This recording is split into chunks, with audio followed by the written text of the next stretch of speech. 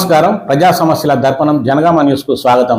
ఈ నెల 27న వరంగల్ ఎల్కతుర్తిలో నిర్వహించనున్న కేసీఆర్ బహిరంగ సభ విజయవంతం చేయాలని జనగామ ఎమ్మెల్యే పల్ల రాజేశ్వరరెడ్డి కార్యకర్తలకు పిలుపునిచ్చారు. ఈ సందర్భంగా సిద్దిపేట జిల్లా చేర్యాల మండల కేంద్రంలోని ఓ ఫంక్షన్ హాల్లో నిర్వహించిన కార్యకర్తల సన్నాహక సమావేశంలో హాజరై మాట్లాడారు. కాంగ్రెస్ ప్రభుత్వం ప్రజలకు ఇచ్చిన హామీల వైఫల్యాన్ని ఎండగడుతూ సభ దిగ్విజయం చేయాలని విజ్ఞప్తి చేశారు. స్టేషన్ గన్పు నియోజకవర్గంలోని దేవునూరు గ్రామంలో కడియం శ్రీహరి భూములు తన బినామీ పేర్ల మీద అక్రమంగా రిజిస్ట్రేషన్ చేయించారని మండిపడ్డారు.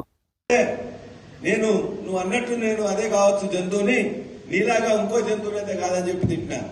ఇవాళ మళ్ళా మాట్లాడేమంటున్నాడు, నిజంగా నీకు నేను అక్కడ ఉన్నట్లయితే నువ్వు వచ్చి చూడు, నీకు చీము నెత్తురు ఉన్నట్లయితే దానికి సమాధానం ఏమని చెప్పాడు. అసలు అనుమానం, ఇటువంటి నీతి లేని జాతి లేని ఇటువంటి రాజకీయ నాయకుల గురించి మాట్లాడడం అనవసరం, మననోరు ఖరాబ్ అయితే అనుకున్నా.